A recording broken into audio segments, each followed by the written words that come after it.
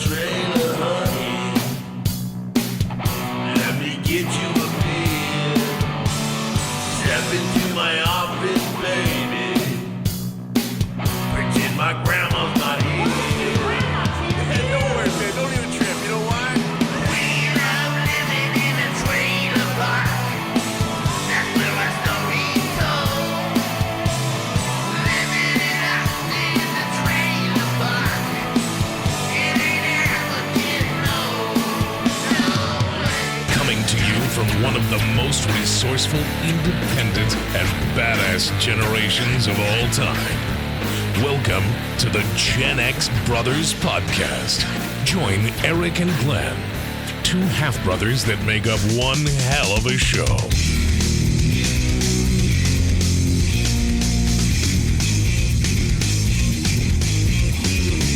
All right. Hey, what's up, my ladies and gentlemen and gender fluid people? Happy Pride Month. June is Pride Month, Erik. Pride Month. How do you feel about that? I'm very proud of myself. Is that what it means? Me too. I'm going to give a shout out to my daughter, who is openly bisexual. So cool. We're happy that she's stands up for what she believes in, and we support her 100%. Okay. I don't know if you should be like, I would say, oh, I'm proud of you, but I mean, you're just who you are. Yeah, like, you know. yeah. I mean, I guess I'm proud of her for being who she is, but you should be who you are. There's Pride Month means you're proud to be who you are, living your truth. Well, I guess to me, it's sad that you can't be yourself, you know, because we've always been ourselves growing up. We've never let anything deter us from who we are, weirdos or freaks or whatever it is we chose to be. And it's kind of sad when you think about some people that don't have that option. Yeah. Like they can't be themselves. They can't be openly gay or openly bi or openly whatever they want to be. So, you know, it sucks. 2022, we're still in the age where Margie Taylor Greene just went on video saying that transgenders are terrorists. Really? No, get out of here. You see that video? Oh, man. She really... It's like, okay, happy Pride's Day to you, or Pride's Month to you. What a cunt. Yeah, she was saying that that their transgenders are the real terrorists, you know, instead of like focusing on domestic terrorism like that what we had in Buffalo. We should be focused on the transgenders because they're the real terrorists. They're out to take over the world and turn the whole world gay. She literally said that, turn the whole world gay. Get out of here. I don't believe you. Nobody's that stupid. Come on. Okay. I mean, I've been busy editing and all that stuff for the show that I haven't had time to I just found it stuff. I saw it last night on Kimmel edit.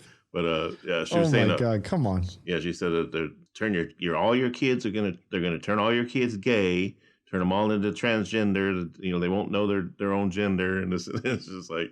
Well, let's say, okay, hypothetically, let's say that happened. Let's say everybody turned opposite, right? Like all the men turned into women and all the women turned into men. Then wouldn't you be who you are? And what the fuck does it matter? You're still having sex with the opposite sex. Yeah, what does it matter? Who cares? Yeah, it's It makes no sense. And what are you supposed to do about it, right? Like how do you fight that? Like if the idea is I'm going to fight transgender people, what do you do? Yeah, I don't understand why they think that transgenders are out to have sex with your kids when it's like almost every child molester that's busted is not a transgender person. No, they're a pedophile. It's a special circumstance. It's weird. I don't want that transgender teaching my kid Dr. Seuss, reading Dr. Seuss to my kid. Who knows what'll happen? It just doesn't make logical sense. Like I don't understand it at all. Like to me, I just can't comprehend when somebody acts like that. Like who gives a shit whether somebody wants to, like if you watch Rick and Morty, intergalactic TV, who gives a shit if somebody wants to eat shit? Because it's one of the characters on there eats shit. Like who cares? If that's what you want to do with your life, then fucking do it. If you want to be gay, you want to be straight, you want to be transgender, you want to be this or that, who cares? It doesn't affect me in any possible way because I am in control of myself. I make my own decisions and I choose what is right for me. And you should be able to choose what is right for you. Like if you're a Christian, if you're want to be a prominent businessman and you want to be Mr. Perfect, doesn't ever tell a lie, Mr. George Washington, then be that. But who cares? As long as you don't hurt anybody else. However, being gay is not a choice. It's not a choice. You're born that way. Well, I mean, that's what I mean by you openly choose to be who you want to be. You know, I'm not saying that your sexuality is a choice, but I'm saying you should have a choice to be open about it. That's my stance. So I guess that came out wrong. So thank you for correcting me, Eric. I choose to be trisexual. I don't know exactly what I'm going to be having sex with yet. I know women, and then you got to figure out the other. You're just going to try it all. Yeah, right? I'm trisexual. Try it all. So I'm coming out as an openly trisexual man. So why do they think transgender people are a threat, right? But if you watch those shows on A&E where there's people that have sex with like inanimate objects, wouldn't those people be more of a threat than a transgender? Like, if you see somebody humping a stop sign, shouldn't you be like, wait a minute, I don't want my kid driving his bike down the road and see somebody humping a stop sign? I'm more scared of the incels that just that can't have sex with women because they're too weird. Like, I don't understand it. Yeah. Like, let people be who they want to be. Who gives a shit? Yeah, man? because and you know, the whole transgender in the bathroom thing is just like, I've never understood that. Like if you because they're cutting between a rock and a hard place. It's like, okay, I'm a trans woman. If I go into the women's bathroom, then I'm being judged or whatever, saying, I don't want you around my kids, this, that. But if I go into the men's bathroom, then I'm going to get my ass kicked, So it's like, where am I supposed to go, I'm going to get my ass kicked or almost killed, if I go into the men's bathroom looking the way I look. And how many people, listen, how many people are, I don't care whether you're female or male or whatever, if you go into a bathroom, like if I'm a man and I go into a male bathroom and I start staring at somebody's dick, people are going to be like, what the fuck are you doing? Right. Mm-hmm. Yeah. So even if a woman goes into a woman's bathroom and starts staring at a girl, they're going to be like, what the fuck? A creep is a creep, no matter what your gender fluid is, no matter whether you're homosexual or straight. Yeah. If you're a creep, you're a fucking creep. It's got nothing to do with your your sexual orientation. Just like a priest, a Catholic priest. It don't matter. If he's a creep, he's a creep. He's going to molest some kids. He's supposed to be celibate, but he's sitting there fucking, and listen, there are probably some wonderful priests who are doing good work in the name of the Lord and trying their best. But there's a few percentage that are complete fucking creep assholes and need to be dealt with, just like with anything. But you can't blame all the priests in the world because there's a few bad ones. No, not at all. I blame them because they believe in God, not because of their godly failure to face their own sexuality. Godly heathens. God sucking heathens. But I can't. She really said that. You're serious. I don't believe. I can't believe that. Like, to me, my brain just can't. I was busy editing, for the show and stuff. I edit the videos. We put them up on YouTube. And there's some that kind of pisses me off because last week we talked about the school shooting. We talked about, gun control and all that shit. And what baffles me is I just put a video up about our talk about Texas and guns and stuff. But you went off on Texas. Yeah, but immediately the video got flagged, right? It immediately got flagged. In other words, I couldn't monetize it. They're not even going to push it out. They're not even going to show it to people is what it said. It didn't even say limited advertising. It said limited visibility. In other words, you actually have to look for the video to even find it. It's not going to come up in anybody's search engine. So why am I not allowed to talk about gun control or shootings in school? But CNN is. I don't see them getting blocked. Whenever I click on a CNN video about shooting, an ad comes up. So clearly they're being monetized. Do you think it might have something to do with you went off pretty bad on the cops of Texas? Maybe that's... No, because it got flagged just by the subject matter because they didn't even process the video yet. Like the video wasn't processed because you didn't even know what we said in it yet. It was just because of the title. Damn. Because I put Texas school shooting. Oh, yeah. Because of that, I put it in the title, and that's what flagged it. So why am I not allowed to discuss that is kind of weird. Guns and a Texas shoot or a school shooting openly? But any other popular, in other words, a media conglomerate is allowed to and get monetized, but I'm not allowed to. That's where YouTube fucks up and doesn't cater to the creator, us, the individuals that made YouTube what it is today. Now they're going to flag this because you said that. I'm just kidding. No. This part I probably wouldn't put into a video. This is for our podcast. So anybody who listens to our podcast, you're the only ones that are going to get this special conversation. Right. That's right. You get only the good parts in the podcast. The videos on YouTube are kind of like shrunk, edited down. Yeah. That's so that's because if you type in mass shooting on YouTube, you're going to get a bunch of people with their own opinions and stuff like that. Yeah. So there must have been something the way you titled it or something. Maybe you think that might be it. I put discussion, another mass shooting in Texas, and then I explained about my encounter with the mass shooter. Yeah, maybe, but again, still, it's why are other people allowed to do? I'm sure I'm not the only one that got flagged. I'm sure there's tons of small creators like us that get flagged all the time. Yeah, there's one CNN and all those other they don't get flagged. Because there's this one guy I follow, and he's got quite a bit of following, and he talks. Every day he kind of releases a video where he talks about whatever's going on in the world. Like he gives a very good opinion about. I can't remember his name, even though I watch him all the time. But and he just released a bunch of videos of talking about gun control, and in his title is gun control, and and he lays out his beliefs. And maybe it did get flagged, and maybe because you're subscribed to him, that's the only reason you saw it. Yeah, it seems like he's getting a lot of views though from it.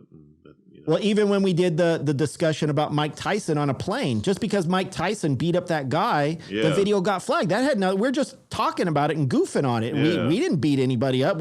All we did was say, hey, Mike Tyson did this, and it was funny that he beat up a guy on a plane, and then that gets flagged and saying, oh, limited advertisement because McDonald's doesn't want to advertise on something that promotes violence. It's like, fuck off. But you're willing to promote yourself on CNN. Yeah. Elon Musk, if you're listening to our podcast, which I know you are, I know you're a big fan, forget Twitter, buy YouTube. Yeah. So we can freaking release videos with saying what we want to say, talking about what we want to talk about. I think they should have, They should have, like they have YouTube Premium, they should have YouTube maybe explicit, where it's YouTube if you put videos on there, you can do whatever you want, blood, gore, and you have to be able to not necessarily pay, but you have to sign. In other words, you have to prove that you're 18 years or older. Because listen, if I want to watch violence on the internet, I can look it up. Yeah. Like I said, they show suicide on YouTube. If you look up that guy, that Bud, that shot himself in the head, and it shows him bleeding everywhere, that's on YouTube. Yeah. You can watch that shit if you want to. But, creators like us shouldn't be penalized for that shit. They should have YouTube snuff. Yeah. Like YouTube just shows snuff. You can do snuff just hardcore. Videos. Yeah, hardcore snuff. But I know videos. that there was a lot of creators 4 or 5 years ago that did really like hardcore stuff, like not hardcore, but like funny, outrageous stuff, like vomiting and just weird shit. And they used to be able to do that and have the freedom to do that. And that's why people watched it. And now there's not that open creativity anymore. I mean, I did get the, because I have, I'm subscribed to our channel, but I also clicked on the bells. That way I get notifications. And I did get the notification that video was being shown. So maybe if you're a subscriber and you're a bell, but normally it'll push it out to other people, who aren't subscribers. Limited visibility as far as in their search engines or stuff like that. So I don't know how it works, but I just know that's what it told me. Fuck so you listen, too, it's not our fault that we talk about weird shit. It's not our fault that we grew up in a trailer park, right? Yeah. Oh yeah. Freedom of speech. I mean, come on. We should be able to talk about our feelings. We should be able to talk about our experiences and our anger if we feel it towards a state, not a person. Like if we talk about our days in the trailer park, are we going to get flagged because trailer park trash is looked down on? Yeah. We're too poor to be able to afford the good TV or the YouTube Premium. Because we don't have a double wide, we just have a single trailer. Or like our uncle who had the triple wide. Yeah. Remember that when we saw Uncle Arlie? He was we're all, damn, he's living in luxury. He's got a triple wide. Triple wide. Shit, man. The big doughboy swimming pool, whatever that's called. Above ground swimming pool. And they're swimming all the time. Yeah. He was living. We thought he lived in luxury, man, because he had a triple wide. We're like, damn, it's got a fireplace and everything. And walk in there, we were blown away. Or is this a house? Yeah. We're like, damn, we didn't know you could live this good on $30,000. Grandma loved her 67-foot trailer. Is that what it was? 63 foot or something like that. Is that what it was? 60? It was a single wide, right? Yeah, ours was ours a double wide or a single wide? It was just single, but it was so long because she always prided herself on it being the 60-footer. It's like, okay. 3 bedrooms. Upgrade. 3 bedrooms. 3 bedrooms, yeah. Yeah, bathroom. You walk in, it was very spacious. Living room was pretty spacious. And we always had the the bed that folded out, the couch. It had the classic bed. wood paneling on the side, right? The classic. And the kitchen was the pretty, wood with the.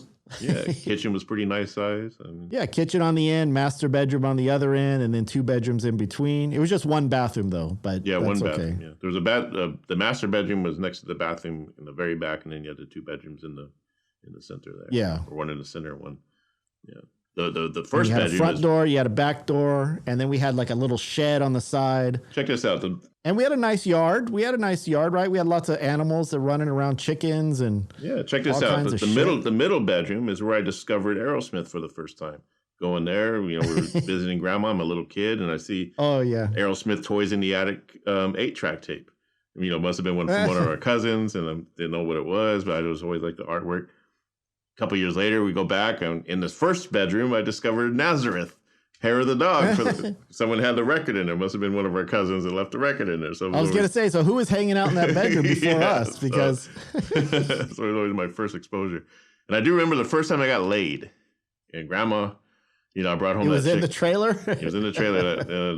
I brought home that girl I was seeing. Her name was Erica, and she was friends with everybody and all the rockers and stuff. And she was a little bit older than me, so and I'm just getting into the metal scene. I'm in the band. I met her at remember Eichling's and Rudy's? Yeah. So I met her there when we had a party. We were at a party. I just remember going over it because grandma was always, "You're going to get you some, you're going to get you some," She's all... Yeah, and then we go in the bedroom and we're actually doing it. And then grandma's kept walking by like, "Eric's getting him some." And I was like, "Holy." Really? She's knocking on the door. "You still busy in there?" And I was like, "Come on, grandma, damn, man." It's like, you last a long time, Eric. You lasted more than 5 minutes. That's more than my man. The show. I remember grandma used to try to teach me about how to, like, when a woman wants sex, what she does. What does she do? And this might sound creepy to everyone out there, but she would grab my hand and she would scratch. She does this. Oh yeah. I remember that. Yeah, grandma told me that too. Here's how you can tell if the lady really wants to do it with you or whatever, however she would word it. So if you hold a girl's hand and she scratches the palm of your hand, that means she's ready for loving. Yeah. So I'm holding this girl's hand for a long time, and it's like she never scratched it, but we didn't somehow.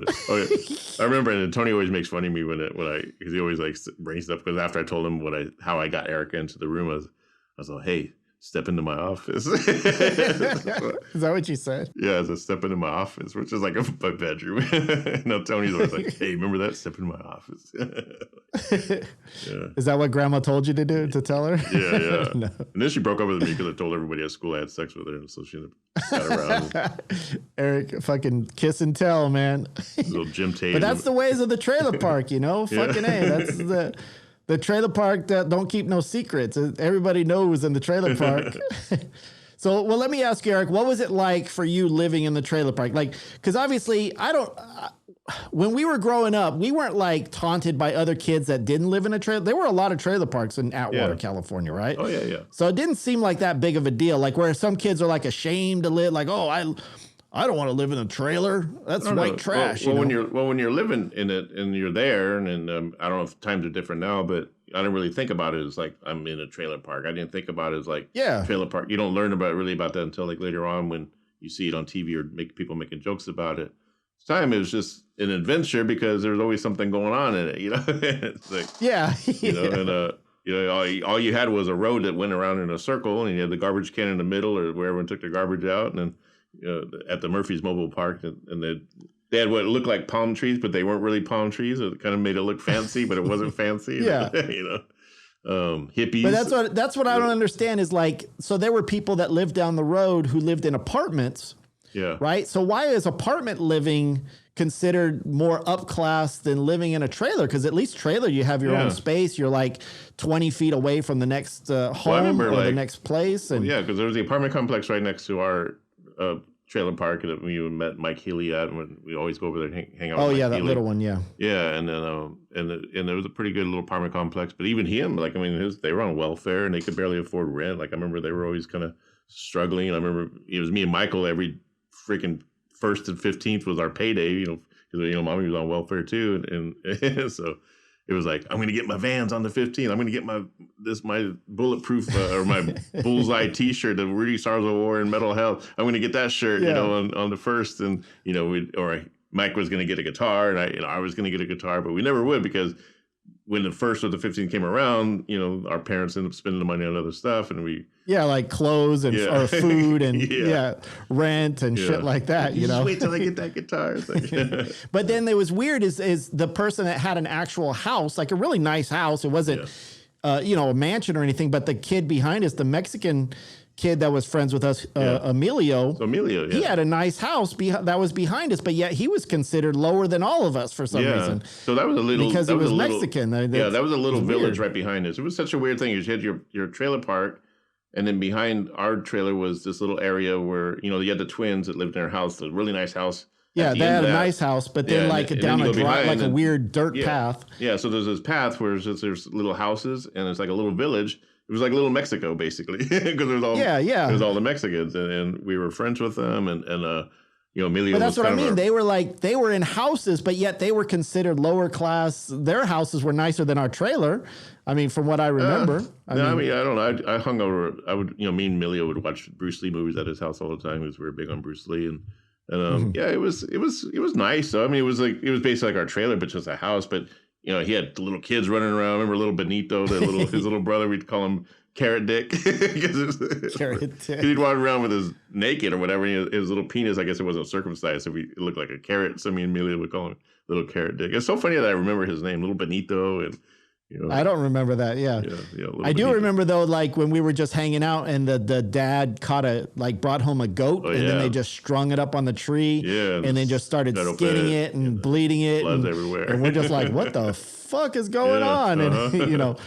Yeah, and so they're like, yeah. So Emilio was cool, and I wish I could find him these. Well, I think I talked to one of the twins recently, and they told me Emilio's still around there. That he does some kind of construction work or something, or does some kind of handyman work or somewhere. But that's stereotyping, Eric, for a Mexican. You're gonna assume that construction work. The funny thing about him was we were best friends, and then there were times where we were enemies. You know, I forgot what would set it off, and the next thing you know, we're fucking throwing rocks at each other. We had massive rock fights, man. It was like we're getting an argument about something stupid. Yeah, something stupid, and the next thing you know, I'm getting pegged in the face with a rock, and you know, and it was it seemed like almost like once a month we got into some kind of rock fight where like. Well, you know what was weird is like there was this one time, right? We had this pipe. Yeah. It was like a plastic pipe, and we put it through a fence, and we were looking at each other through the pipe, you know, like, oh, hey, look, I can see you, and I can see you. And I don't know what made me do this. You know, I don't know why I denied it through the roof. But for some reason, when he put his eye through that hole, I took the pipe and I bashed him right in the fucking eye. Oh, cool. For no reason, just being a fucking stupid kid. And then he had a big black eye, and he went home crying to his mom. And his mom came over and started yelling at me. And Grandma was like, "Why did you do that to him?" And I was like, "I didn't do it, Grandma. It slipped. I didn't know what happened. You know, I denied the whole fucking thing, but I did it on purpose. Sorry, Emilio, but I don't know why. I just felt the urge, and I just went jab. I remember his mom's and his sister would always come out and start yelling at us, and the grandma would come out and yell at them, and it would be those little white kids. Yeah, you little white boys, you go over. If I catch you little white asses over here again, I'm gonna beat your ass. It's like grandma. But that's what's so funny about, like, you know, because today obviously racism is a very hot topic. Yeah. But when we were kids, we were innocent. We didn't know. Listen, we were friends with him. We didn't care what race he was. Yeah, but. Whenever we played a sports game like soccer or breakdancing, we always breakdance. Oh, yeah. We always try to breakdance. We always challenge them to breakdancing. But instead of saying shirts, and like normally when you play sports, you say, oh, who wears shirts and whose skins, right? Yeah. When we would play it, we would always say, okay, Mexicans against the Americans. That's what we always said. We would say, okay, Mexicans against the Americans. And, you know, of course, in soccer, they would always kick our ass in 2 seconds. But but it was weird that I remember that that was our terminology. Yeah. I love soccer. That's what I learned soccer just from Emilio, and, you know, trying to do everything he was doing and his brother was doing. That was the teams. That's how you figured out the teams. You didn't pick him or her or him. It was Mexicans against the Americans. So that's what it was. Like, it was all, and it was very lighthearted. It was fun. Yeah, we didn't care. Like, it wasn't like we were being mean. It wasn't like we were trying to call him out. That's just like if we did that today, we would be like, "Oh, that's racist! Cancel them! Yeah, that's cancel what I mean. the game! It's so weird. How dare they pit Americans versus Mexicans in a day and age like this?" But of course, that's probably, unfortunately, that was the bad side of being in the 80s in the culture, is that you just assume somebody was brown, that they were Mexican, and you assume somebody was white, that they were a white boy. But Trailer park trash. yeah, for sure.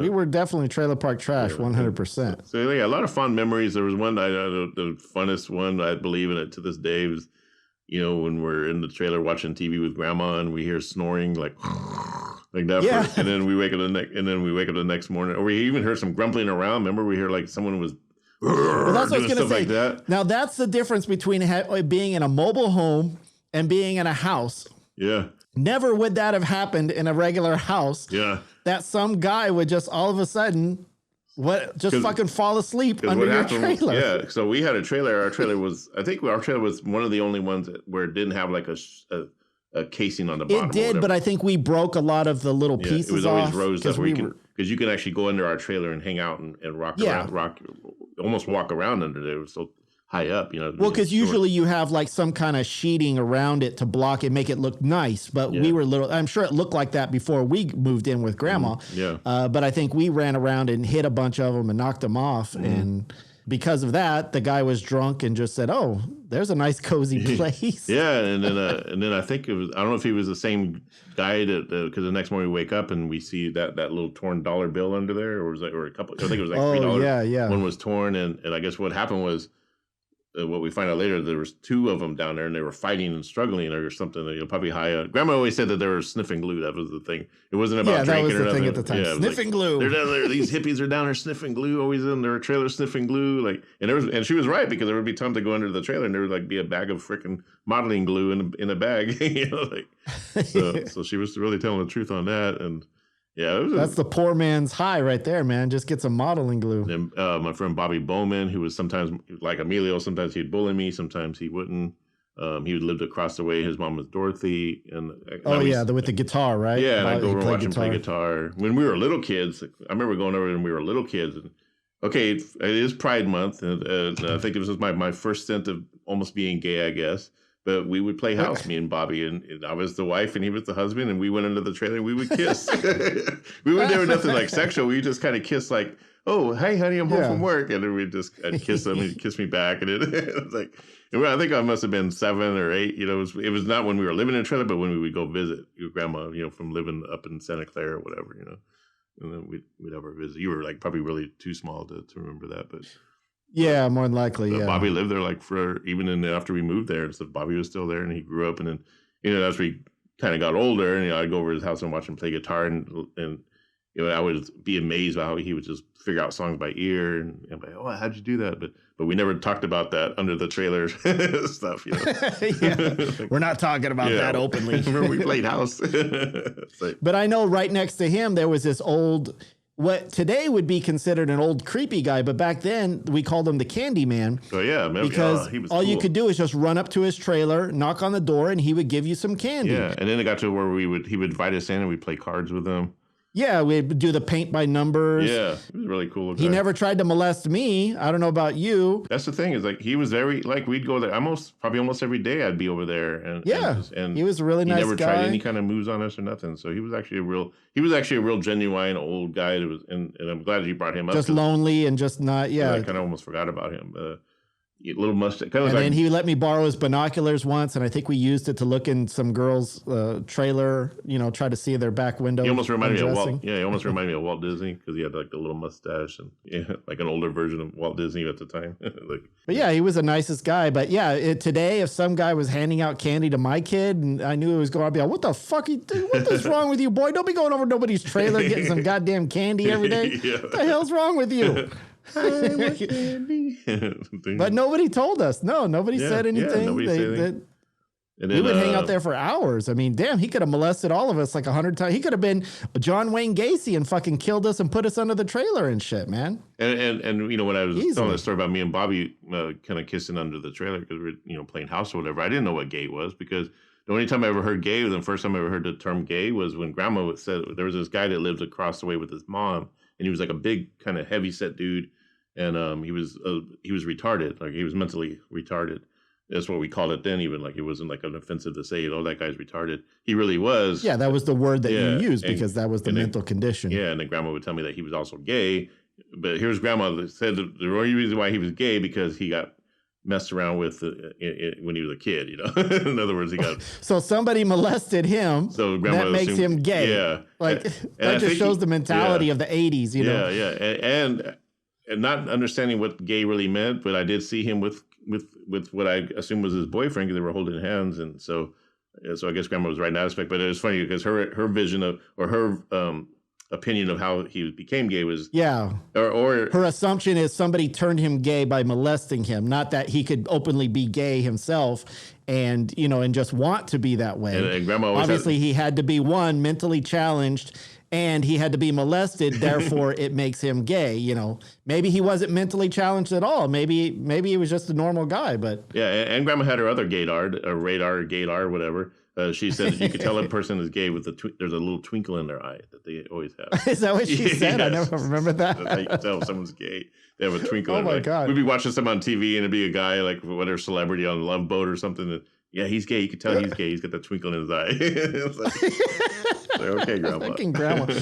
Now, again, people, remember, this is who we were raised by. So you can't blame us for having... you should actually praise us because we should be some fucked up rednecks right now. The way our grandma raised us, we should be homophobic, racist. But there's the thing, because Grandma was just naturally it wasn't like she was hateful, racist. She wasn't hateful, homophobic. She was just sarcastic. She was just sarcastic, and she was just like, from the South or whatever, but she didn't have any problem with anybody. In other words, like our cousins are black, she'd call them the colored kids or the colored grandkids, but she loved them to death, and she would put them above anybody, and it was just the way they talked, I guess, And even though she was telling me about that guy, the retarded guy that was gay, she loved that guy. She would always visit him and send him home with some stuff or whatever because she was friends with the mom. Well, the funniest thing is your own wife. She called her a Mexican. That's what she used to call Mexicans. She would call them Mexicans. Like, and I never picked up on that. I just thought it was her accent. Like I thought maybe that's like she couldn't say the X. Yeah. Like I just thought, the way she pronounced Mexican was Mexicans. Oh yeah. But obviously it was derogatory because she assumed that Mexicans were messy, so it would be Mexican rather than Mexican. Yeah, and maybe, I don't know. had to be like, I was like, what? Why is she saying Mexican? And then I figured it out. I was like, wait a minute, I got you, Grandma. I know why you're saying that shit. God damn it, racist Grandma. Well, because Mommy said it too. Though. Mommy said Mexican, so yeah, of course, Mommy would say it because she's just raised by Grandma. Maybe they just couldn't pronounce the X right. So growing up in a trailer park is like nothing you would have ever experienced in your life. If you grew up like in normal, like a normal neighborhood or whatever, what is our next door neighbors? Poco and Tommy, man, those kids were a trip. Yeah, I got many stories with Poco. He was you always hung out with Tommy, and even me would hang out with Tommy. But then me and Poco were kind of more the same age, and so we had our issues. Yeah, me and Tommy were the same age, and Tommy was kind of like the biggest dork on the planet. He was like one of those goofy kids that would trip over everything and just like. Yeah, you always remind me of Ricky Shorter. Like, yeah. From Silver Spoon. He's the type of kid that would do like if you told him to run into a wall, he would go, okay, let me do it. Yeah, he was crazy. You could dare him to do anything, he would do it. Yeah. But the best part is that, okay, their mom, first of all, and speaking of Pride Month, their mother always had a rainbow thing over the back of their car. We didn't know what a rainbow meant at that time, and Grandma explained it. Oh, that means the rainbow meant gay as well too. Yeah. But she had a big rainbow on her thing, and she was a pot dealer, if I remember correctly, or her boyfriend or her husband was a pot dealer. He tried to get me high as a kid, man. Yeah. So they were always getting high. So they had a dog, and they had a golden retriever, and that dog's name was Reefer, right? They named their dog Reefer. Like, we didn't really understand what Reefer meant. I mean, we did watch Up in Smoke. We did watch a lot of Cheech and Chong movies. Yeah, and then I didn't even know what the word reefer meant till MTV showed that movie called Reefer Madness. It came out in the 50s about pot. Yeah, that it was a joint. Like, we didn't know that's what. Yeah, Reefer Madness. But what we thought it meant is, since the dog's name was Reefer, what we did is we took his shit and put it into a bag, right? We picked up his poop. We put it in a brown paper bag. And what we did is we went around to all the kids in the trailer park And we would say, come on up and you can win yourself a special prize. Put your hand in the bag and you can win a special Reefer Bar. Yeah. And so all the kids would be all Reefer Bar. So maybe they thought it was pot or maybe they thought it was they probably candy. thought it was like a Reefer Bar. If they didn't know what Reefer was. We made it sound like a candy bar. Yeah, like it was a candy bar. Like a chocolate candy bar. Like Reese's peanut butter cup, but there's a Reefer peanut butter cup. And so the little kids would put their hand in the bag and pull it out and they would think, oh, I got a chocolate bar. And they would pull it out and they would almost eat it. And then they would smell it and realize it was a piece of dog shit.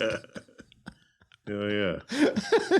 So our special thing for all the neighbors, and we didn't even get beat up. Like, that's what I don't understand. We used to do this shit. Yeah. And nobody did nobody beat us up over it. Nobody yelled at us, but we made little kids pull out dog shit and called it Reefer Bars. I remember Tommy's mom, she had a mistletoe and she tried to kiss me with her pot in her mouth. That's how she tried to get me high. And she probably thought, I think she thought I was a cute kid. I was probably 12, 13 years old, but I don't know. Yeah. The creepy mom, It's like, as a kid though, as a young teen, I was kind of a little bit turned on because she did have a nice body and she was like, kind of had like that. She was skinny, kind of skinny biker chick or whatever look to her, So there was times where I might have had a little bit of fantasies about it, but it did trip me out that she just kind of grabbed me and just put her lips on my lips and blew that into my mouth and. So there's a mistletoe, and I was like, but I didn't get high. See, again, another reason why you should be a raging pothead right now is because and I tried to get we were around this shit constantly. I tried to get into pot because I thought, well, maybe my life would be easier not doing meth and alcohol. That maybe I could do pot and just be mellow, but I just could never get the high that everyone got. So, and I didn't like. Well, even at that age, I mean, I was like, before I moved away, I was like 13 when I moved away, but before that, I was like. Yeah. I mean, at 12 years old, I was already smoking, doing crank, smoking weed, drinking every weekend with my friends, partying it up. And drugs had no effect on me. That's part of the reason why drinking, I get a little goofy, but it really, like some people say, it's so euphoric. Yeah. So I would go out and I would party with my friends at like 12 years old. Mm-hmm. We would jump from party to party to party, get high, get drunk, crank, meth, whatever the fuck was there. Because my best friend's dad was a drug dealer, Mr. Jesse Floyd or Jesse Crimpa. Yeah. The only reason I did it is because they put it in front of me. Other than that, I didn't really give a shit. And again, why it's so weird that I should just be like some fucking drunk on the side of the road, Yeah. I wonder where Poco and Tommy is these days. Do you remember their last name? They're probably dead. Yeah. I remember. I know my two friends, Jesse, he's dead. Sutton was the last name. I was trying to think, what's his last name? So I wonder if I should try to look up on my state. I have this people search. Tommy Sutton, Poco. I guess that was his real birth name too, because I think I remember asking him, like, "Is that your real name?" He's like, "Yeah." His mom said it. Yeah, because I don't think they had a dad, right? It was always like a different boyfriend coming into the trailer or something. Like me and Poco, we always go around getting in trouble.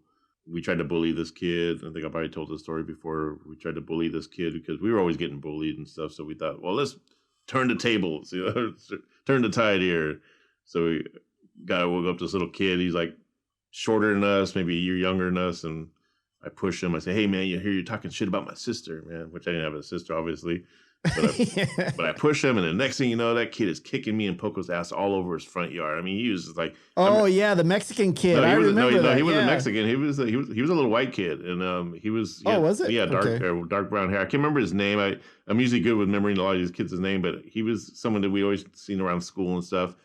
Skinny kid, kind of looked like a kid from Stranger Things. Did he have like a black bowl haircut or something? Yeah, kind of a black bowl haircut. He looked like he should have been like an anime kung fu master. Yeah, he lived in the house behind Eileen Colburn. You know how we went to Eileen. I remember now. Yeah. Yeah, so he lived in the house behind that, like where the field was. So yeah, we pushed him, and he's kicking our ass all in front of his front yard. I mean, it was like just a massive, like he's like doing these freaking like helicopter kicks and shit, and and nobody's coming out, no neighbors are, and he's living in the cul-de-sac or whatever that's called, where there's like a kind of a dead end or whatever, and there's nice houses and stuff, and nobody's coming out to do anything or say anything, but we find out, we find out, we went home just bruised up and like scratches all over our face, and we found out later he was a black belt in karate. Yeah. So we're just like, I guess bullying ain't for us, Well, I remember, so there was another time where you guys got your ass kicked, right? No. So it was a Mexican kid. So then we tried. It was behind the Maxi Mart, right? Yeah. And you went there. What was that? Because you were like, you guys were going to get him for something. We just probably made something up. It was he lived in. No, I mean he either ripped you off or something. Something happened beforehand, and we all went to his house. Yeah. And we were gonna kick his ass, but then there was like 50 people living in the house. Yeah. And they all came out. And then that kid came out, and then they called the cops on us. Yeah, and he was kicking our ass too. So I think he might have been before the other kid that kicked our ass. So we obviously didn't learn our lesson after him because he did. So you guys don't know how to fight at all. So this kid was kicking our ass too, and we probably got in some good punches or whatever. But he was one of the kids that I can't remember his name, but he was actually cool with us at times. There was times where we played marbles. Remember, we always play marbles with the Mexicans in the one trailer. But he was one of them that we'd play marbles with too. But yeah, he did something that made us want to go kick his ass or whatever. And the next thing you know, calling the cops. So the cops are driving us home. Oh, I remember now. Okay, so I remember now. Yeah, so you guys were getting your ass kicked, and I got scared, so I ran to the payphone. Right, yeah. I was the one that called the cops. You're down. I ran to the payphone. You fucking narc. Well, because you guys were getting upset. So you guys were getting your ass kicked. So here's the funny part: the cops come, and then we get blamed for it because he's kicking your guys' ass because. The cops put us all in the back of the car, and do you remember what the cops said to us? So it's a valuable lesson, and I always learn to this day it was the first time I heard the term, let's put the fear of God. Because the cop, the fear of God, we're in the back seat, I could hear the other cop talking to the other cop, he's like, and they said they're going to drive us home. That was what the cop told us at first. Okay, we're just going to take you home, to your parents or whatever. And then the cop was like, let's give them the fear of God. So then what they did was they took a turn left or whatever, on our way home, they went the other way. We're getting freaked out. Yeah. Because they said they're going to take us to we thought we were going to jail or they were going to take us and shoot us or something. We're going to take you to jail. We changed our mind because, it was pretty bad back there.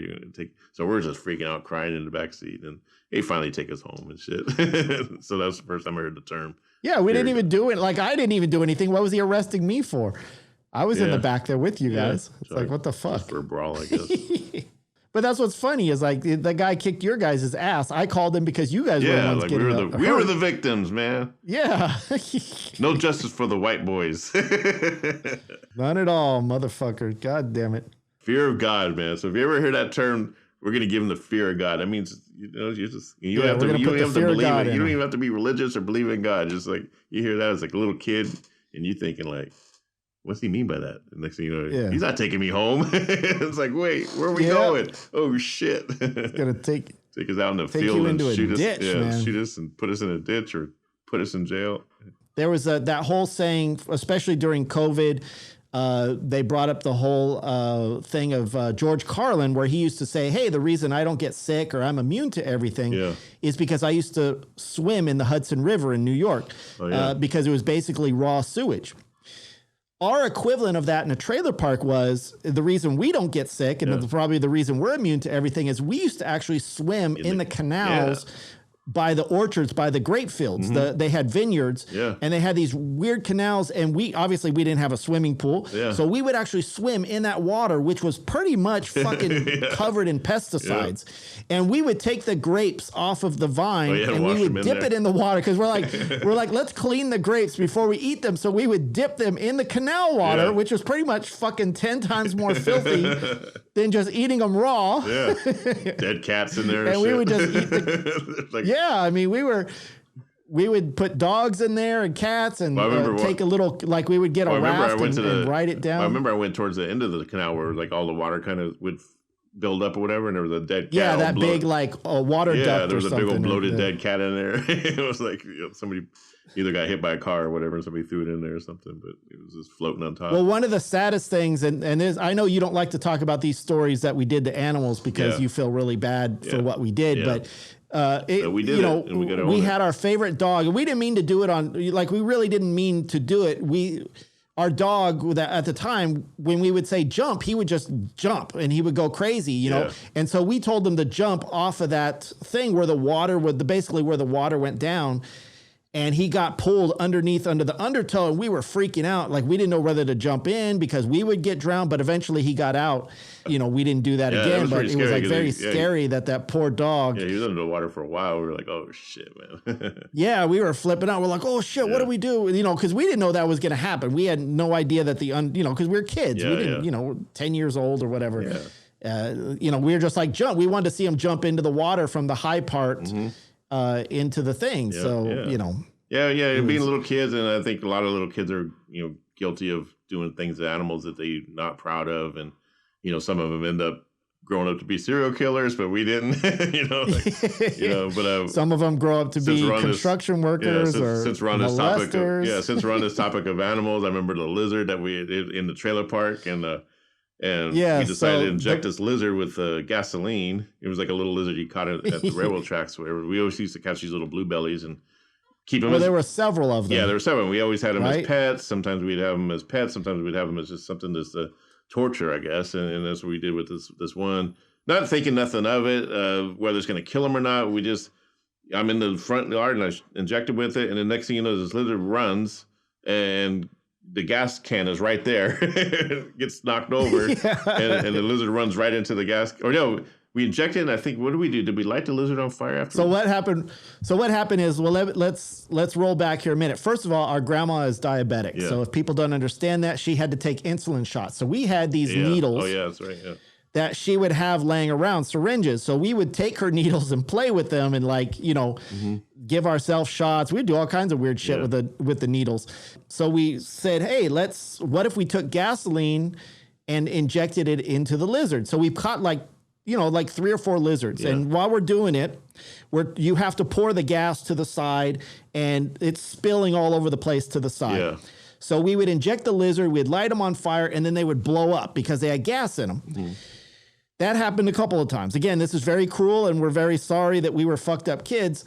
But the lizards got their revenge because the one time we didn't inject it, we just poured it all over the top of him. Oh, yeah. And so he was on fire. Like we wanted to, I think we thought we were like doing like movie magic or something. Like, like when you see, what was the stunt man, the guy on TV? Yeah, it was just like Evel Knievel or somebody like that. Mm-hmm. What was that show that we used to watch with Lee Majors? The Fall Guy. The Fall Guy, yeah. So we'd see the Fall Guy and he would light himself on fire. And I think that's what we were trying to mimic. We were trying to, what if we did that with lizards? Uh-huh. And we didn't have no video, of course. We didn't have no camera. But we just wanted to see it. So again, we're spilling gas all over the side and it's leaking down to our little shed and stuff. And we don't notice that. And so we got the last lizard and we poured gas all over him. We lit him on fire and he runs this way, but then he turns. Oh, yeah. And he turns this way to where we spilled all the gas and the whole side of the fucking shed just lit up on fire like this raging like fucking gasoline almost like we could have blew ourselves up. Yeah, even the front yard was on fire, like the grass or whatever. And so the whole, because we spilled gas everywhere. That's how careless we were because we were trying to put it in the What wheel. happened was we were trying to, here's what happened too. The reason why it spread is because we were trying to put water on it. We were with the hose or whatever. And you don't put water on a gas fire, and that's why the guy ran over our neighbor. He ran over the big old huge ass blanket and just freaking covered it on top of the grass or whatever. Yeah, he pulled it out of our shed and opened it up, and then it was like a sleeping bag. Uh-huh.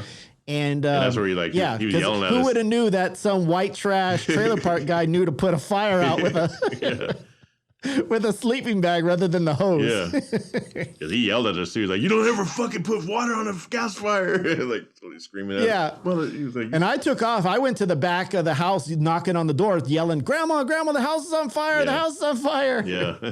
But to this day, we're very, very loving to animals, and now we are again. We grew up. It's funny to laugh about it now because the lizards got the revenge. That's why I laugh about it, because the lizard had the last laugh by lighting us on fire. Yes. And we didn't become serial killers, as far as we know, anyway. As far as anyone knows. Yeah, keep that to yourself, Eric.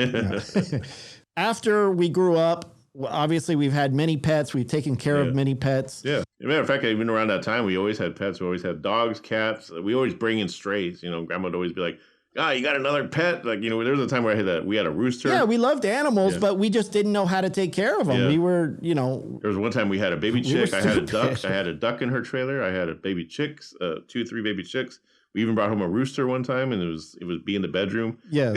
Grandma made us get rid of it because it would wake us up every morning in the bedroom.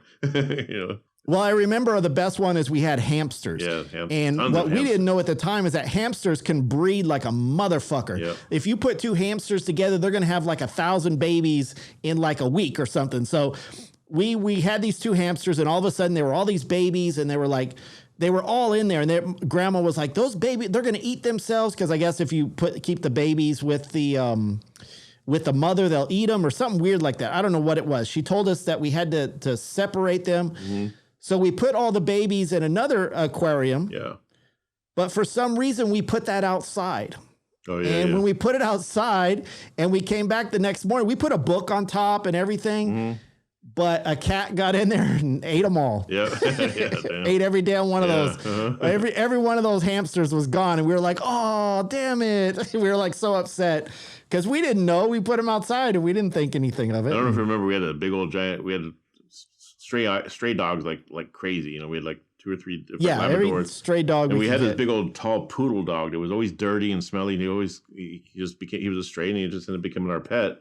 But we had to get rid of him. Grandma wanted to get rid of him, so Grandma took us and that dog all the way out. It might have just been me and Grandma, but out in the middle of Winton, it was like way out there in the country. And guess what? Like about 4 days later, that dog shows up again and somehow made his way back to the trailer. He just came right back. Fuck did this dog find us? You know. I mean, we were at least 10 miles. I mean, as kids, we probably thought it was like 100 miles. Yeah, we were far, but it was at least 10 miles away from the house. Yeah. It was a big old goofy poodle dog or whatever, like big old tall legs and like black curly hair, big old honking nose, and but somehow. And every animal we had 3 birds. They were all named Birdie. We had several dogs. They were all named Puppy. And all the parakeets.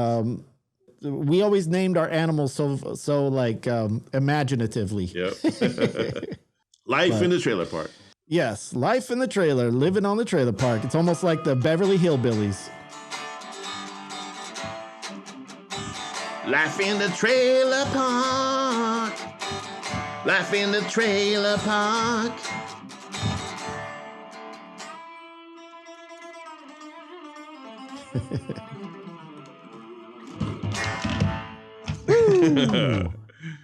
Damn, Eric knows how to get that shit going. We're gonna write a trailer park theme song. That way, when we tell these stories, we could have something to make it ACDC. Life in the that's a good one. Life in the trailer park. Sound or something.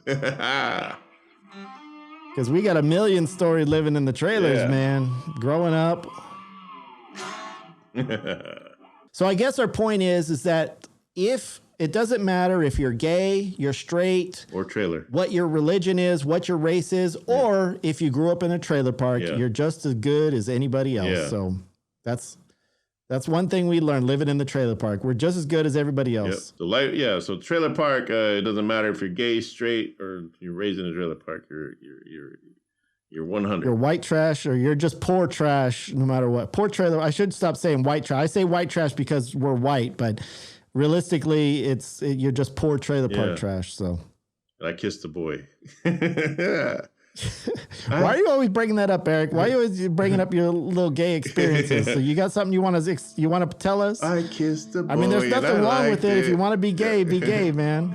I kissed a boy and I liked it. Like Katy Perry.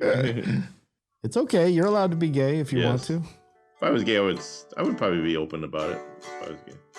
So if you grew up in the trailer park like us, you probably understand where we're coming from. If you didn't grow up in a trailer park, you probably thinking we're some sick motherfuckers. And if you're in a trailer park and shit. And if you are in a trailer park now, it's like a modern day trailer park. I do have friends who live in a trailer park and they love it and everything. But what's the music like? Because back then it was AC/DC and like AC/DC was like rock. It was synonymous with living in a trailer park. So what is the rock in? Well, I guess a trailer park now would be like Slipknot and bands like Oh yeah, like that total Midwest. Midwest metal. You know, Pantera. That would be like the my trailer got blown over by a tornado. My trailer got blown over by a tornado.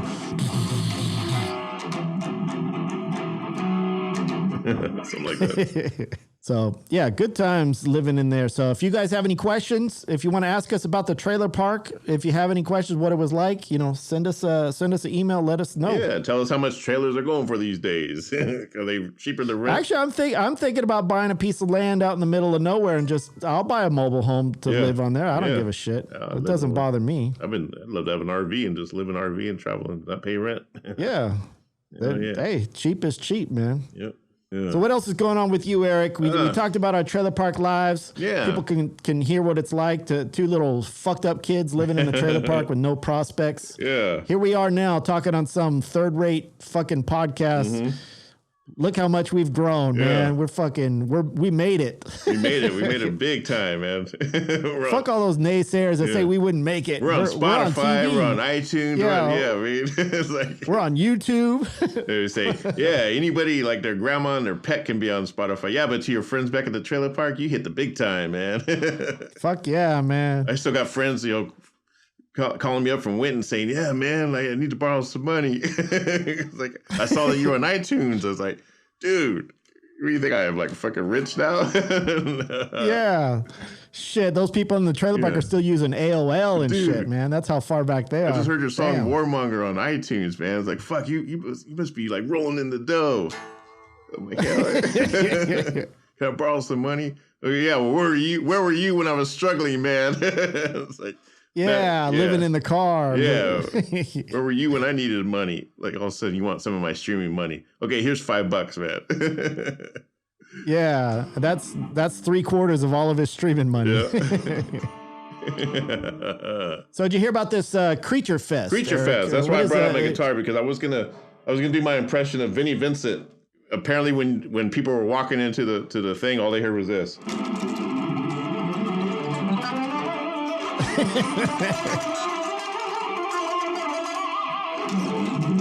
For 15 minutes. Was it that sloppy? Yeah. He was just doing anything. Wait, was he like the greeter, like a greeter from Walmart or something? Well, like yeah. he would just Yeah. And then he would go. Then he'd break into the national anthem. Oh yeah, fucking jacking off of my guitar, man. But he did that for 15. And I think when I get enough memory on my phone, I want to try to go like a half hour just shredding.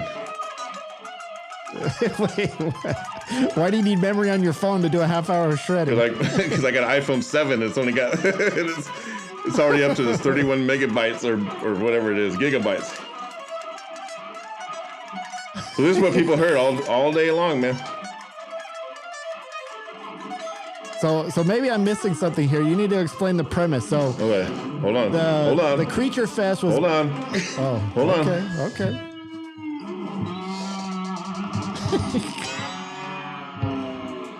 Okay, so the Creature Fest, it's a Kiss Expo that goes on, I guess, every year.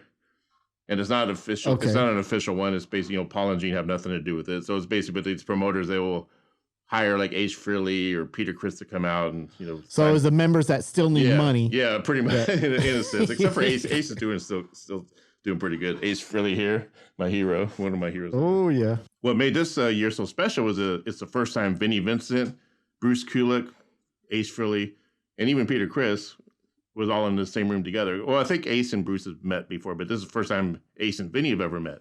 Here's the thing about Vinnie Vincent, and he came out of hiding about 3 years ago. He was disappeared for like 20 years or something like that. And so he came out of hiding about 3 years ago, did a convention or whatever. And now he hasn't officially said it, but he's kind of going through like a transition. He's like I think he's a trans woman now. But I thought you meant transition with guitar playing. I thought he was transitioning like to bass or something. But the reason why I'm still referring to him as a him, because he hasn't really officially said that he's transitioning. Wait, so then who's speculating that? Just people on the internet or something? Well, if you see him, it's like, well, he's obviously becoming a woman. I mean, he's got the but he's just. There's nothing wrong with that. He just hasn't said it, which is fine, which is fine. But here's the thing: is he rips off his fans, man. And even when he came out of hiding there for a while, he was putting on these shows and then canceling at the last minute. He was charging people pre-sales or whatever, and then he wouldn't show up. He would cancel and nobody got their money back. And then here's another thing that happened. I guess it was about 15, 20 years ago when he was in hiding. He actually put out a box set that he had people order a box set, which was I forget, probably $50 or $100, and it was supposed to be all unreleased stuff from Vinnie Vincent Invasion, stuff he did with Kiss and everything. nobody ever got their box set. He was like, he never Damn. returned any of the money or nothing. Well, how does he have the rights to even do that? If like, wouldn't that be under Kiss control? Yeah, there's Like- there's always obviously a big mess. He's actually, here's the thing with Vinnie Vincent. He's a super talented songwriter. He's wrote a lot of songs he wrote, I think, 4 songs on Creatures of the Night, played guitar on that album because Ace was sort of out of, yeah. because he was drunk all the time, didn't show up at So he was the guitar. So Vinnie Vincent was the guitar player after Ace Frehley left the band. Yeah, basically. Even while Ace was kind of still He was in the band. next one, not Bruce Kulick. He was before Vinnie Bruce. Vincent was Yeah. the next So one. when Kiss unmasked in '83, Lick It Up and everything, so he was actually on that album. Basically, Vinnie only did about 2 years with Kiss. People bought into this Creature Fest for this year because they were expecting to see Vinnie Vincent come back with a full band, and they were gonna Vinnie Vincent's band was gonna actually play the entire 1983 tour from Creatures of the Night, or or it was like not tour, but some show that they played in Brazil where they did the Creatures of the Night, the entire set. He was gonna play the entire set. So what do? They get there, and he's just on a big old freaking like tank, which is mimicked after Eric Carr's drum set. No drummer or nothing, just up there shredding, and then he finally does play, and he plays to a drum track. He didn't even play to like a full band. And then So he didn't sing, he didn't do anything, he just played guitar. Yeah, just shredding as people were walking. And he wouldn't allow anybody to film it. So if you look at all the clips on YouTube, there's only a couple of clips, but it was like one chick has you could tell she's dodging in and out of trying to sneak the camera or whatever, because the security was knocking cameras out of people's hands and stuff. Fuck that shit, man. Yes. They can't do And that. from what I understand about Vinny, I guess he makes up his own rules. He'll say he's going to do something, and when you get there, it's like a completely different thing. Like he was going to he was supposed to do some big show in Nashville a couple years ago. He didn't even turn up and show up, and everyone spent money. So then on why tickets. were people even expecting this to be any different when they got to Kiss Fest or Creature Fest? So here's the thing with Nashville, he didn't even show up, and nobody got their money back. And then he goes on Facebook and totally trashed the promoters, saying it was them that fucked everything up. When it was him, he was demanding money that he just couldn't pay. In other words, so Vinnie Vincent finally, so then Ace Frehley finally goes, performs with Bruce Kulick and Vinnie Vincent. They do some Kiss songs, but then there was like a bass player that was doing like some vocals or whatever.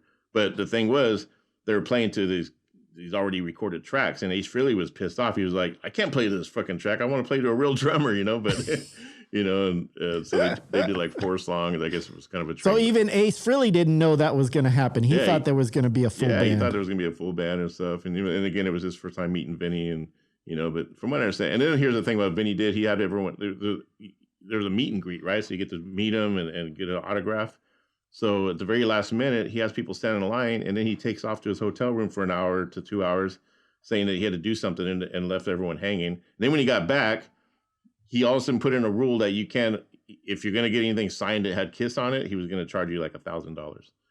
$1,000? Yeah. No, get the fuck out of here. Some guy brought a Kissology history book or whatever up to him, and he wasn't going to sign it unless he paid like $1,000. And because some people do that, and that's understandable. Like if you are going to meet and greet, you're going to know ahead of time that you're going to be spending the money. And if you want to do that, that's fine. That's on you. But when you go there and you find at the last minute that you at first you think that you're going there just to get autographs and meet and greet, and then you're told at the last minute that you have to pay a fee to get the autograph, that's fucked up. So do you think he's like a drug addict or an alcoholic, the reason he does that, or is he just a dick? Well, I guess he did have his bout with alcohol and drugs. I'm not sure how he is now with it. I mean, I think when he appeared... Well, clearly it's not good if he's still doing that. When he reappeared like 3 years ago, like Eddie Trunk interviewed him at that expo, and it sounded like he was like cleaned up his life or whatever, but he's been sued left and right. For one, he had all of his equipment stolen from when he was on Vinnie Vincent Invasion. Stolen, or he had to hawk it off to get some drug money. That's and that's the thing. Like, and then even back then, he was playing like this acoustic song that he was singing and writing because he was a good singer and a good songwriter. But I guess he's just a total asshole and just a total like scumbag.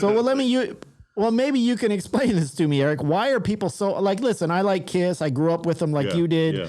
I appreciate them as a band. But why are fans so goddamn enamored with them that they would go to that length to be screwed over? Yeah, I think with Vinnie Vincent, and they call him this. They say he's like an enigma. Like they don't know what he's gonna do, so that gets them to talk about him. Like how we're talking about him and stuff. But the thing is, it's like a train where you want to see the train wreck. Yeah, you want to see the train wreck in a sense, and and I guess it's kind of cool in a sense. But if I was Vinnie Vincent, I wouldn't want people talking to me talking about me like this. I would want him talking about me because of my talent and stuff. So yeah, it's just very bizarre. But yeah, I mean, all he does is when he does all that shredding, there's like no emotion to it whatsoever. And I'm thinking this guy's been through a lot in his life, especially with what he's going through emotionally with his transition or whatever he's doing.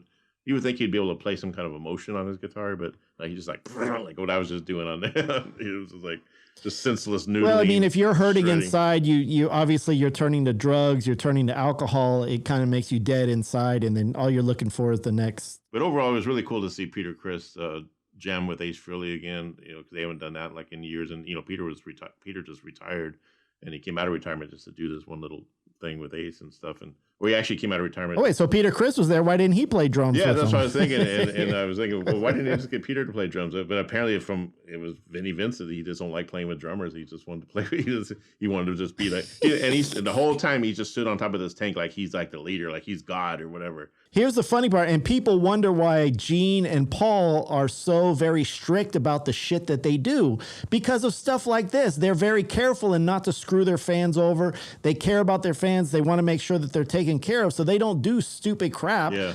So their fans go to something like this and are disappointed. Yeah. That's why they don't support stuff like that. When Kiss does their very last show, I think it would be cool if they could make some kind of reconcile with all of them. I don't think it'll ever happen with Vinnie Vincent because Vinnie and Gene are just completely, that relationship is dead. And then Gene and Paul just announced that they're actually, and it was something we all knew they were going to do anyway, but once they're done with this end of the road tour, they're going to put together a new Kiss, younger guys that's going to take their place. Oh, okay. Paul and Gene, and they're going to go out as most like, it's going to be a sanctioned tribute band of Kiss. So be kind of like, which is kind of cool, I guess. It'll be like Kiss is never going to die. It's just going to be this big show that goes on.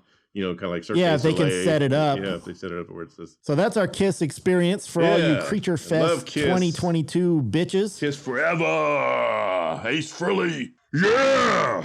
Yeah, so if you got ripped off at Creature Fest, then that's what you get for man. Still loving a band 50 years later. At least you got to see some history, though, like I said, with all those guys together. So Johnny Depp wins. Oh, I told you that. I told you from the beginning, man. Johnny Depp was going to win, right? I was looking up Amber Heard's net worth. She's only worth like $8.3 million. No wonder she's that's why she's appealing, because she ain't gonna pay no. Yeah, she pays $10 million. She's fucking in Skid Row, man. Shit, she's broke. She's gonna be like way broke. She'll be like minus $2 million.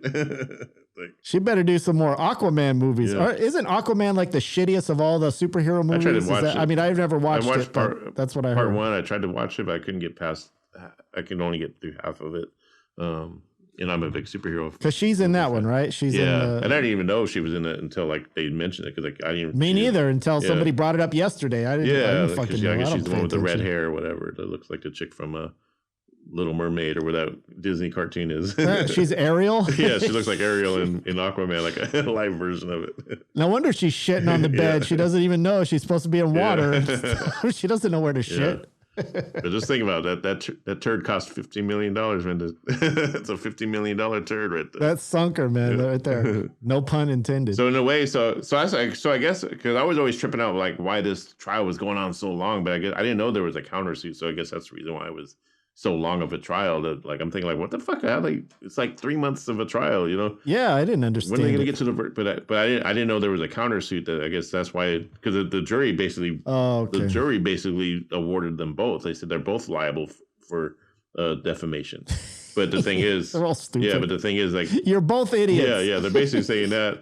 But obviously Johnny Depp is a big winner because he was the one that mainly did the suit, and she did the countersuit. So she won the countersuit, but she ain't gonna really get nothing because her countersuit was less than. So now is Johnny Depp gonna then take her money and donate it somewhere, or is he actually gonna keep? Like usually stars will do that where they'll go, "Oh, since I won, I'm gonna take the money and donate it to some charity." He ain't gonna get no money from her because she's gonna appeal it, and then fucking it'll be forever before he gets anything. Yeah, she's got plenty of money for the lawyers to keep paying them. Yeah, Johnny Depp could buy some new amps or new guitars for his when he jams with Alice. I think he doesn't care. I think he just wanted to prove. He wanted to prove because he probably got so much shit. He lost his Disney deal. He lost all this stuff because of what she said.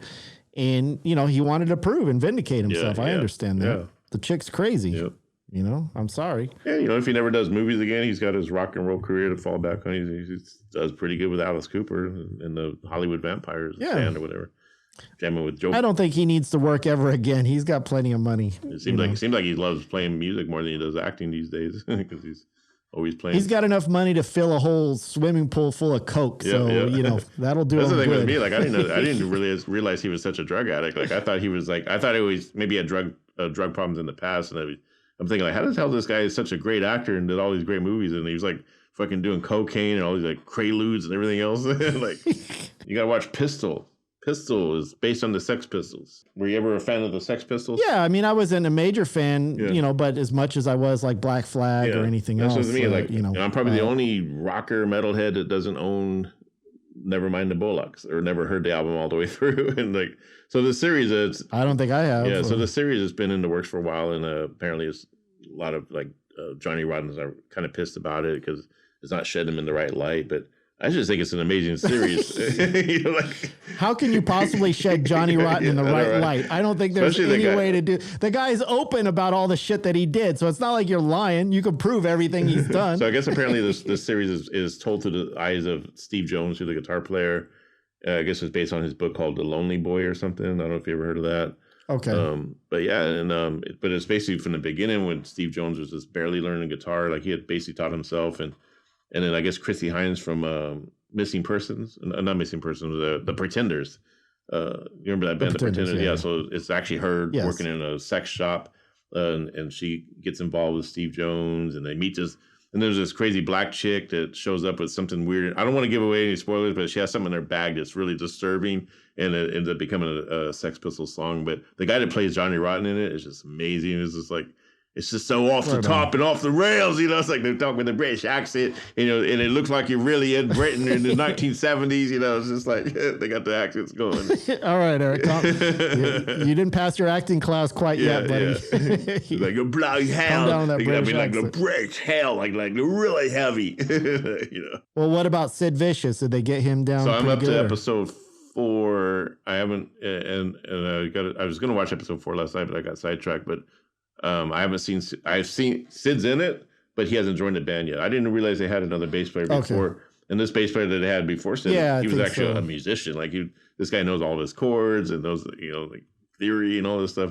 He was kind of more into like Paul McCartney. Well, I wonder if at some point they're going to bring a Billy Idol on, because obviously Billy Idol was part of that mix, right? Wasn't he part of the whole crew? Like not in the band, but obviously it would be a cool thing to have a Billy Idol character. Because even Mick Jones, I guess from The Clash, is referenced in there. I guess Chrissy Hines was going to jam with him, or because they have this manager named Malcolm, and this guy Malcolm is who's put together the Sex Pistols. He's like, I want to create a band that's like going to take over the world and just, and I forgot what and he even said like so it was like the first boy band, right? Basically, yeah. This guy Malcolm, this guy Malcolm said, I want a band that's going to like raise eyebrows and take over the world, and just like it's all about anarchy, and so he, and he works in the sex shop, and they, he meets Steve Jones because Steve Jones is in there stealing clothes for his band that he had at the time before the Sex Pistols.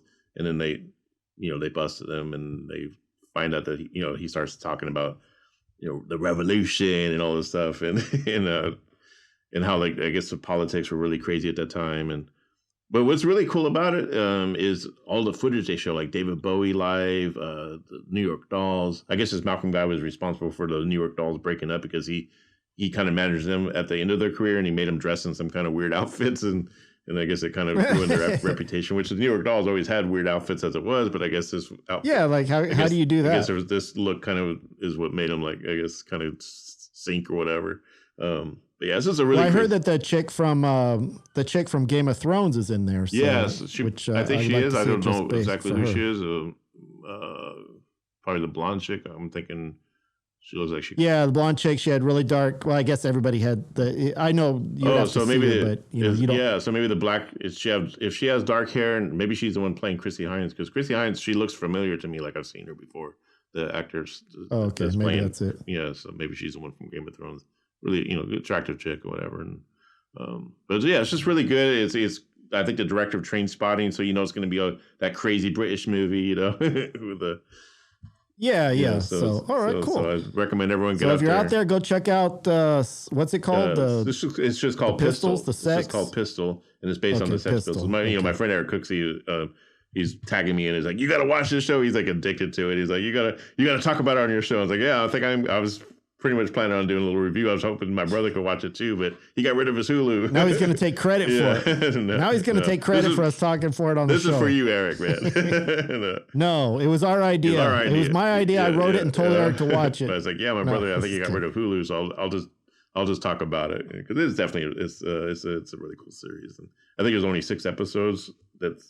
I don't know if it's going to be more episodes, but there's only 6 right now that's on there. When I watch a show, I want all the episodes to be there so I can watch it. And I hate doing the weekly thing now. It's a pain in the ass. I want to watch it on my own timeline. Screw regular TV. And it says it's FX, but I guess it's only exclusive on Hulu. But it's an FX series, which I tried to find it on regular TV, and it's not on the FX channel. It's not on. Okay. So it's only on Hulu, ladies and gentlemen. Yeah, only on Hulu, which is and gender fluids. $6.99 unless you get the Disney Plus. And I guess that new Obi-Wan Kenobi, I got to start watching that. That's supposed to be really good. Darth Vader's in it. No Disney Plus. Fuck Disney Plus. I want Disney negative. Yeah. What shows you watching these days? I want Disney minus. What shows you watching these days? I just started watching Better Call Saul the last season. That's actually really good. So I'm on the second. It's getting pretty good. Yeah, so I'm on like the latest episode or whatever that they haven't. But to tell you the truth, man, there hasn't been really any good TV, so I'm just watching fucking reruns of shit that I've already seen 100 times. There's some pretty good. I'm pretty busy with shit, doing all this editing and stuff, so I don't have much time. Yeah. I'm doing all the editing, Eric. Damn it. I wish I knew how. Thanks for your help, man. I would help you you better if I learn knew how to how. fucking edit. I can barely work my iPhone. I know. If Eric ran the show, you guys would be lucky you get like something from his phone. Yeah. It would sound like this. I got the Windows 10 video editor, and I can't even do much on that thing. It's like, But well, you probably could. I just don't know how to work it. Watch a YouTube video. It's like, yeah, but then I don't even understand what the YouTube video says. All right. So go check out the Sex Pistols show on Hulu. Called Pistol. Check out your nearest trailer park and give to your nearest trailer park orphan and help them out so they can burn down their trailer with some lizards. Yeah, we can set up a trailer park foundation, GoFundMe at the. Oh yeah, we should do that. We take food stamps on the 1st and the 15th. It's a community college. It's a vocational school scholarship, and what we do is we just pay them in food stamps, so that way they could pay for their food while they learn how to weld.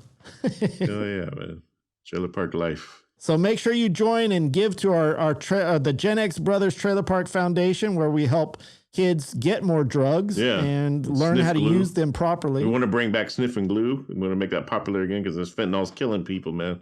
You get back into sniffing glue. It's more safer. And if you don't have glue, you can always use whiteout because that was the big thing. If you take the whiteout and poke a hole in it, you can just those hippies, sniff it up. Those hippies ruined it for me because I was into like actually putting models together, especially with glue, and then it got to a point where we couldn't buy modeling glue anymore, so I had to use Snap-on models and shit. Yeah, you had to be 18. Yeah, you had to be 18 years or older just to buy glue. Man. Long-haired sons of bitchin' hippies, man. Hippies. Fucking ruin it for the rest of them. Goddamn trailer park trash motherfuckers, man. All right, everybody. Thank you for listening. That is our show. Yes. You know what to do. Follow us, share us, spread the word, spread something. Get somebody out there to listen to us so that way we can make more shows. Horns way up. And I can afford Hulu. Horns way up and way out. We'll talk to you guys next week. Thanks for watching. Thanks for listening. We love you. We love your support. Yes. Say it again, man. We love your support. We hate your mama. No, the other part. Horns up. Peace out. And we hate your mama.